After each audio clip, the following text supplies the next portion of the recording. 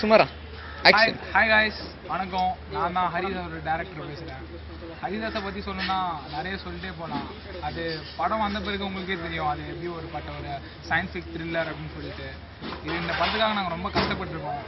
ரொம்ப நாட்கள்லாம் ரொம்ப கஷ்டப்பட்டு நிறைய இன்வெஸ்ட்மெண்ட் பண்ணி ஸ்டாண்ட் ஸ்டுடியோலேருந்து கூட இந்த டெர்மினேட்டர் படம்லாம் எடுத்திருப்பாங்க, அது கூட கேள்விப்பட்டிருப்பீங்க. ஸோ அந்த ஸ்டுடியோவில் கூட நிறைய ஒர்க்ஸ் போயிட்டுருக்கு. இப்போது தமிழ்நாட்டில் வந்து ஷார்ட் ஃபிலிமில் யாருமே மோஷன் கேப்சர் டெக்னாலஜி யூஸ் பண்ணதில்லை. மாற்றானுக்கு அப்புறம் தமிழ் ஃபிலிமில் மோஷன் கேப்சர் வந்து நாங்கள் தான் யூஸ் பண்ணுறோம் இப்போது. அப்படிப்பட்ட ஒரு பெரிய பிரம்மாண்டமான படம் இது. சங்கர் ப்ராஜெக்டை விட பெரிய படம் தான் பார்த்துக்கோங்க. அது இல்லாமல் ஹரிதாஸ் ஹீரோவை பற்றி சொல்லணுன்னா ஷைனிங் ஸ்டார், உங்களுக்கே தெரியும் அவர் எவ்வளோ பெரிய ஸ்டார் அப்படின்னு சொல்லிட்டு. ஷைனிங் ஸ்டாரை பற்றி நான் ஒரு இன்ட்ரோ கொடுக்க வேண்டிய அவசியமே இல்லை. எவ்வளோ பெரிய ஸ்டார், எவ்வளோ சிம்பிளிசிட்டி அவருக்கு இருக்குது அப்படின்ட்டு.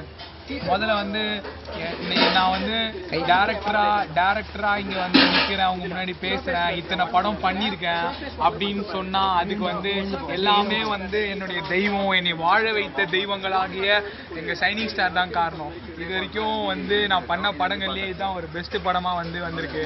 ஷைனிங் ஸ்டாரை பற்றி சொல்லணும்னா சொல்லிகிட்டே போகலாம்.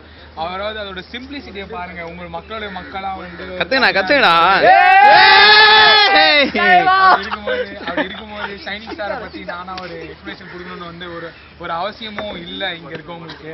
அதே மாதிரி வந்து இந்த தன்னம்பிக்கை, இந்த பால் வடிகிற முகத்தை பாருங்க. இது வந்து எப்படி ஒரு ஹீரோவுக்கான இதுன்ட்டு.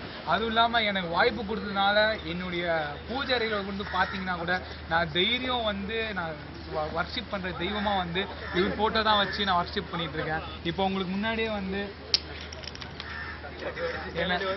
இன்னைக்கு வந்து என்ன இப்படி வாழ வச்சுட்டு இருக்காருன்னா, இன்னைக்கு ஒரு 10 குடும்பம் நல்லா இருக்குன்னா அதுக்கு வந்து நம்ம ஷைனிங் ஸ்டார் தான் காரணம். Thank you case.